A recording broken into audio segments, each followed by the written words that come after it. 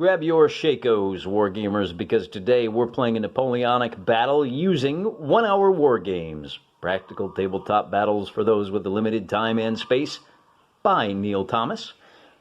This book includes 30 scenarios. This die has 30 sides. It's a match made in heaven. Let's see which one we're going to use. That's not a very good roll. Let's roll it on something a little harder. Scenario 19, the big 1-9er, is blow from the rear. Okay, so the situation is the blue general is defending 2 river crossings. Count them, 1, 2. From what he thinks is a numerically inferior red force. His complacency will be shattered when an additional red contingent arrives in the blue rear area. So let's set up this terrain. It's very simple. We've got a river crossing with a ford and a bridge, woods over here, and a road coming down. This is zone 3. Both armies have 6 units. The blue army gets 4 units south of the river, within 6 inches of the riverbank, facing north. 2 units in zone 1, facing north. Before we go any further, I got a little bit of the terrain set up here. I do want to see what kind of units we're dealing with here. We're going to be doing Russians versus Austrians. And okay, so D6. For the Russians, first, they roll a 4, so they've got 4 infantry, 1 artillery, and 1 skirmisher. Meanwhile, our Austrians, we roll a d6, and we get a 1. They have 3 infantry, 2 artillery, and 1 cavalry. The last thing we need to do is figure out who's going to be Team Red, who's going to be Team Blue. I've got a yellow die for the Austrians, because as you can see, they are vaguely yellow. And I've got a green die for my Russians, who have green uniforms. So high roller is red. The Austrians are Team Red this time. And the deployment is that red is not deployed at the start of the game. The Russians are deployed 4 units south of the river, facing north, and 2 units down here, facing north. So let's get those set up. There's your Russian defenders. All 6 units are on the board. By the way, the inspiration for this is the Battle of Krefeld, 1758, which saw Ferdinand of Brunswick's Hanoverian army, the Red, rout a larger but indifferently red French force under the Count of Clermont. The superior quality and leadership of Ferdinand's army is not covered, but is instead depicted by an equalization of forces. The French lack of preparation is reflected by special rules. So we've got Russians playing the role of the French today. And they've got skirmishers watching the ford, along with infantry and infantry, backed up by a single unit of artillery. They've got a reserve force here that cannot move until turn 7. On the other side of the table, the Austrians are going to bring 3 units on that side of the table. And on turn 6, they're going to bring 3 more units in over here, south of the woods. How do we know what turn it is? Well, that's what this 30-sided die is for right here. So Red Army takes the first move, and give me just a moment. Turn 1. Our Austrians have moved into position. We've got an artillery, and a single unit of infantry to buy some time for that flanking force to arrive on the battlefield. Since they have moved, they can't shoot. The Russians can. So they're going to start by moving this skirmish unit up to here to draw some fire and do some damage. Then it goes on to the shooting phase. And we've got a straight D6 here at these guys for 5 points of damage. We've got a D6 minus 2 that does 4, so 9 points of damage against them. And I don't know why they're facing the wrong way. Let me turn them around. The little white labels are supposed to be on the rear. So a total of 9 points of damage. They're not long for the world at this rate. one more shot at this artillery, and I'm sorry, green dice for the Russians does 2 points of damage. So 2 points for you. And that is the end of turn one. This game is just that quick. The 15 hit points also represent kind of esprit de corps. It's not just people falling over and dying, it's also their will to fight. Since they want to return fire, that's what they're going to do. We're going to have the Austrians are rolling the yellow dice. D6 minus 2 here for 3 points, and a straight D6 for 9 points. It's a regular bloodbath. Then we have one little shot over here for no damage. That's the end of turn 2. No, that's the end of the Austrian turn. The Russians get to counterfire, and we've got a D6 minus 2 here, which does no damage. We've got a D6 here, and we've got a D6 minus 2.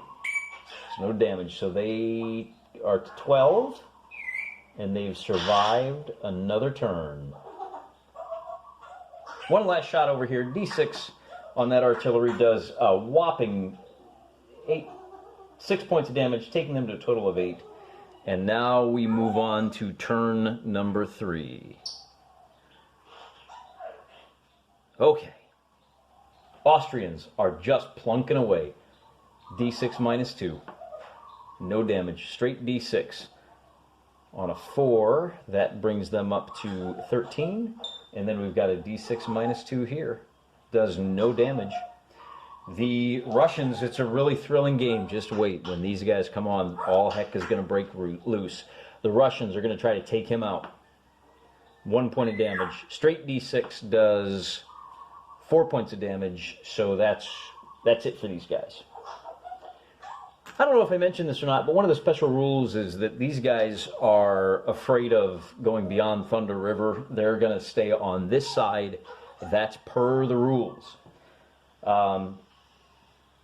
D6 minus 2 to take out these guys. 2 points of damage and a straight D6. 2 points of damage brings them up to a total of 12. So we're going to do one shot here. Oh, we're on to turn 4. Thank you, Biscotti. You'll get your turn next. D6 minus 2. 3 points of damage. Eliminates them as a fighting force. And then we've got D6 minus 2. They haven't done anything. Let's see if they can break their streak. And they cannot.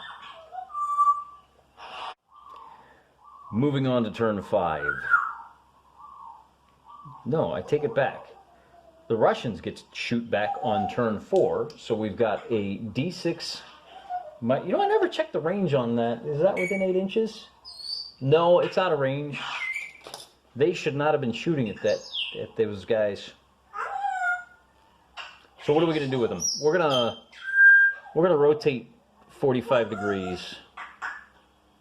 Ooh, they can rotate 45 degrees, and that's it. They got to get out of there. We got 2 shots over here to eliminate that as a threat, and then we'll move on to turn 5. So that does 0 damage, and these guys do a straight D6. 5 points of damage. That artillery is off the board. That's it for the Russians. Now we move on to turn number 5.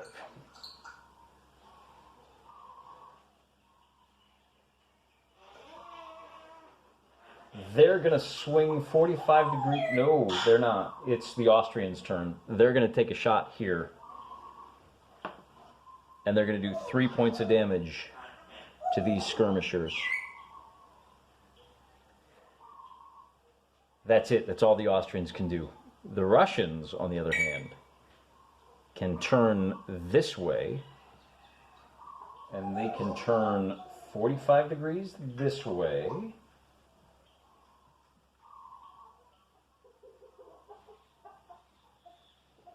And they can complete 45 degrees. Man, turning in place is hard. They get a shot at these guys for 2 more points of damage. That goes to 5. And the Russians are going to complete their maneuver here. They're going to wheel 45 degrees here, and then they're going to march this way. Well, yeah, they'll march to there. They got to start getting ready for that flanking force that they know is coming on the next turn. Turn 6. In fact, I think that's all we got. So they return 45 degrees. And they got to turn another 45 degrees. That's going to be interesting. That could be critical. We move on to turn 6. And on turn 6, things get a little bit hairy because the Austrians bring on their reinforcements. And they're going to bring on... I should probably reset the camera. Let me bring these guys on first, and then I'll reset the camera to show you how exactly they do what they do. So at the start of turn 6, they come on south of the woods. We've got cavalry, infantry, infantry. They've moved their full allotment. We've got one shot by the artillery, who's on this side of the river, and they're going to plunk away at these skirmishers and do a total of 2 points of damage, taking them to 7. That's it for the Austrians on turn 6. These guys still can't move. These guys can. And they've got a race over here, so we're going to turn that way. We're going to turn 45 degrees, and we're going to move 4 inches to try and save this artillery. They move, they can't do anything, We are in trouble. Well, if you're a Russian, you're in trouble anyway. These guys can maneuver 45 degrees, so at least they're facing the right way. They won't get doubled up, but that's it. Now we move to turn 7, and now they can break loose if they have time. The Austrians move, and the first thing they have to do is charge to here. Cavalry charging skirmishers. These old boys are going to turn a little bit, and they're going to move up to here. And they're going to move. Now remember, the roles are reversed. They have to clear the battlefield. So now it's a delaying game on their part. We've got no fire. Well, you know, if they moved, so I think what we'll do is we'll go ahead and bring the cannons up a little bit more. They're closer to the river now. So they've got a wide open field of fire. They actually can fire across the battlefield. So any open shot they've got, they can take next turn. For this turn, that's it, except for that combat right there, which does D6 plus 2, 8 points of damage, goes to 15, and these skirmishers are done for. Man, they really needed, the Russians needed them to hold out one more turn. But it's the Russians' turn now, so I wonder. Oh, well, skirmishers can't form square, I don't think. Let me check the rules on that. We're doing a Napoleonic scenario here, and in Napoleonic, square formation, infantry units, not skirmishers, yeah. So if you form square, you can't move, you can't shoot, but enemy cavalry units may not charge. So that may be something these guys want to do.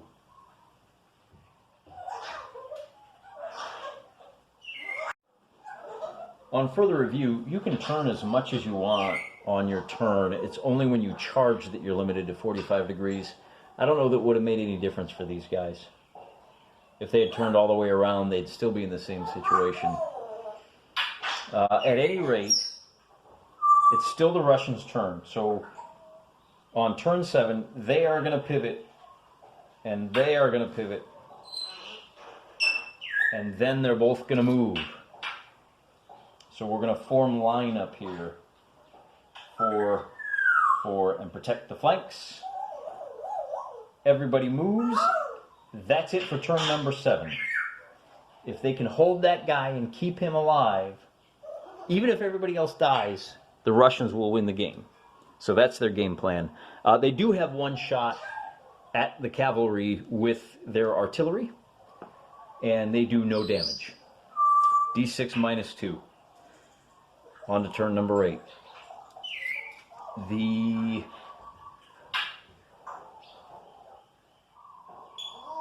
infantry moves up.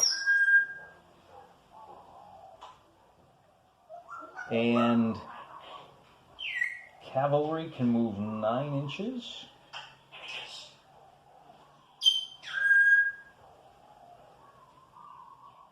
Since they're not charging, they can move like so. They're going to stop right here, just outside of musket range. That's it for them for turn number 9. Musket range, they stop just out of musket range. So if they want, they're just going to hold, and they're going to hold, and they're going to hold, and they're going to take... Oh, I didn't think I forgot to shoot with that guy. Forgot to shoot with the artillery on the Austrian side. Live and learn. So the only shot that we've got is right there for the Ruskies, which does 2 points of damage.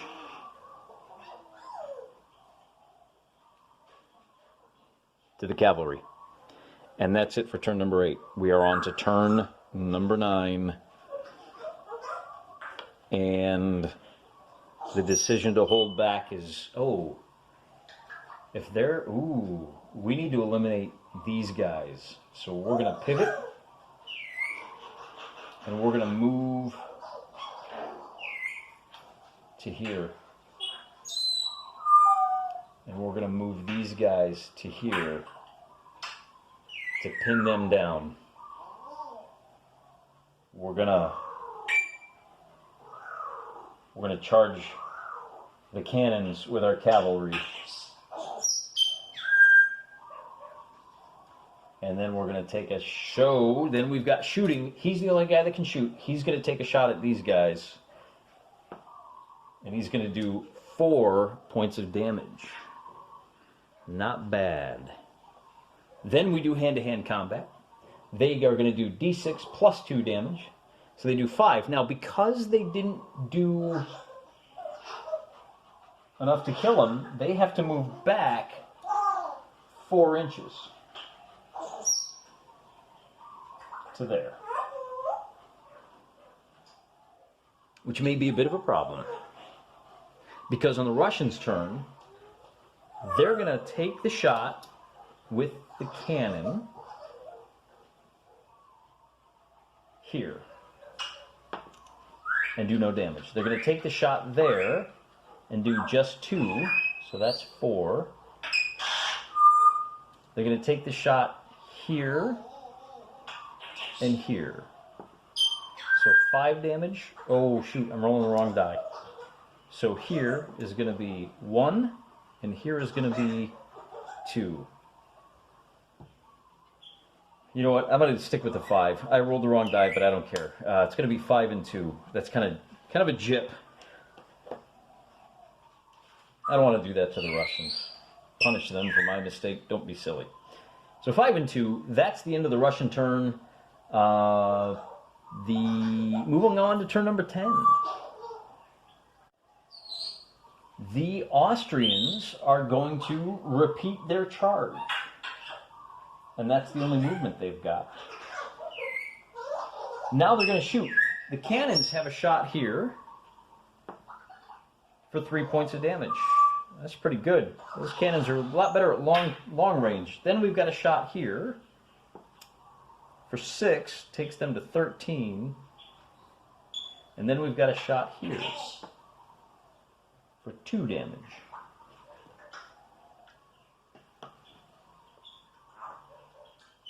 And then we do melee.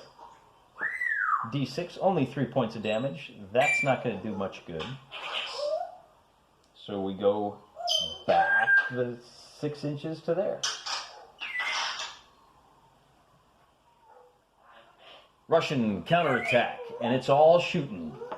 They do 3 points of damage here, taking the cavalry to 7. D6 here. 6 points of damage, takes them to 11. Here is 1, and here is 7, taking them to 9. Hello? Hello? I'm going to have to pause this battle just to pay attention to my parrots. That's the end of turn 10. Moving on to turn 11. The Austrians repeat. Charge. Good old light brigade. Serious about this. And then we do shooting. So we've got a shot here that does 1 point of damage. So that's 14. We're going to shoot here. Whoops. I think that was at 11. Was that at 11? I don't remember what that was. But they rolled a 5, which takes them to 7. I'm going to have to go back and check the tapes, little instant replay to figure out what that was. They shot, and then they're going to shoot here, and they're going to wipe these guys out. Just like that.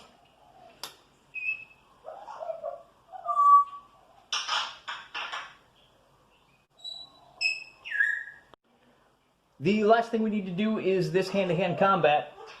D6, 6 more damage. You needed that 5, buddy. 6 points of damage takes the cannon to 14. And then we have to retreat.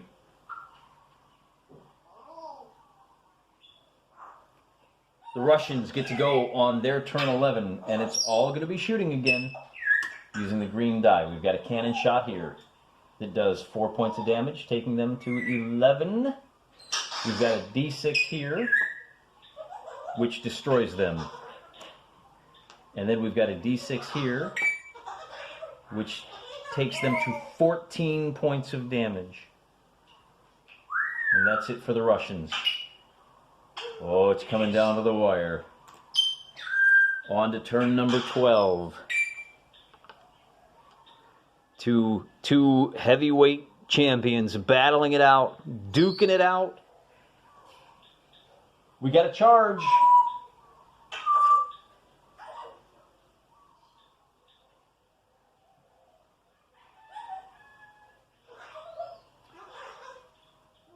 We've got a shot,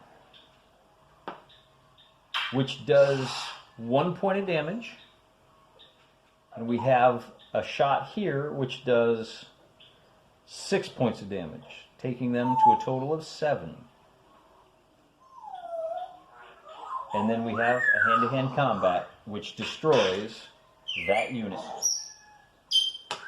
But the Russians now.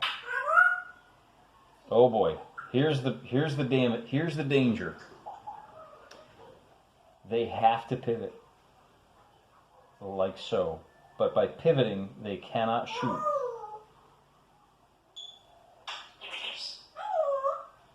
So,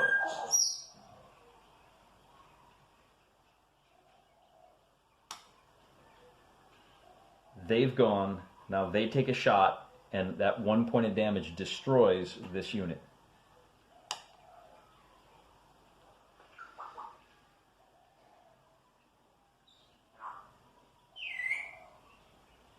And it's turn 13.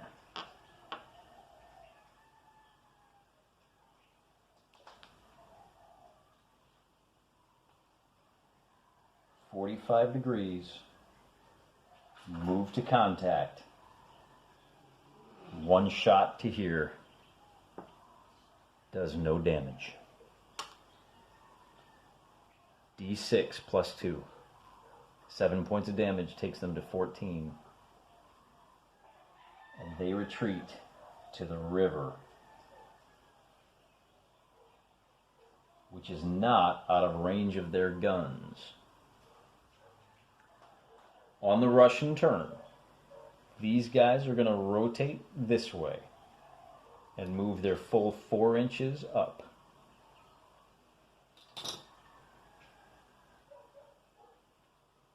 These guys are going to take a shot.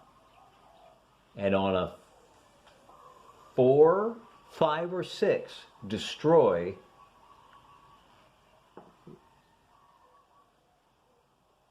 these cavalry. That is the end of turn 13. It is now turn 14, and it's a bit of a foot race.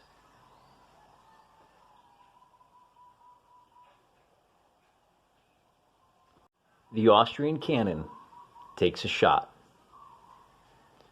They only need to do 1 point of damage to destroy that unit, and they do it. That unit is gone.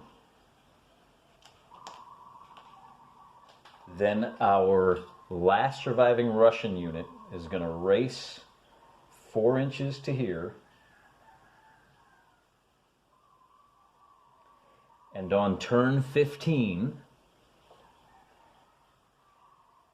so this is it. For all the marbles, they're going to take a shot and do no damage. On turn 15, they move to here, and they are within 4 inches of the river crossing, so the Russians, with a badly battered infantry unit, eke out a victory on the last turn of the game. They just managed to hang on. And now that I think about it, fighting the battle down here was a mistake. All they needed to do was secure that river crossing. They should have moved up, declined to fight, and just delayed. Left 1 or 2 units down here. But again, a lot of this game came down to the mix of units. If the Austrians had had more cavalry, they would have had more options. It was a fairly static game, largely because... Oh, and I forgot to form square again. That unit might have been able to survive with the cavalry if they had formed square instead of turning to face. The cavalry couldn't have charged them. Oh, but you know what? That wouldn't have made any difference, because even if they had survived, they were too far away from the bridge. They needed to do it like this. So, hey, don't talk to me about strategy. I know exactly what I'm doing eventually. What a great little set of rules, right? The setup makes a huge difference. You got to be smart. You got to do what you can. I think I did everything right with pretty much everybody. I think maybe the skirmishers that were over here would have done better to hide in the woods and then kind of sprint out, because skirmishers in the woods are hard to dislodge. They take half damage. So, you know, it takes 30 points of damage, and if you're shooting at them, I mean, fundamentally, you need to roll 60 points of damage. That's a lot to ask for in a 15-turn game. So, really fascinating. Came down to the wire, you know, feeding things in. You get a much more fluid battle, a lot more moving than you do than just kind of line them up and you know, banging off each other. So I hope you enjoyed this game. I hope you appreciate now how, even without a whole lot of changes, you can get some fairly decent flavor. This game played a lot different from the medieval games that we had played earlier, the fantasy Necromancer King battles. Those were marked by a lot of knights racing around. There was a little bit more static, shoot 'em up, you know, key points that you had to be aware of. What a fun game. I hope you enjoyed watching that as much as my birds loved yelling at us through the entire battle. And either way, we'll be back in 2 days with another fine, fun video. I hope you'll tune in then. Until those 2 days are up, remember, break out my rosary and I say my daily prayers. I'm praying for you.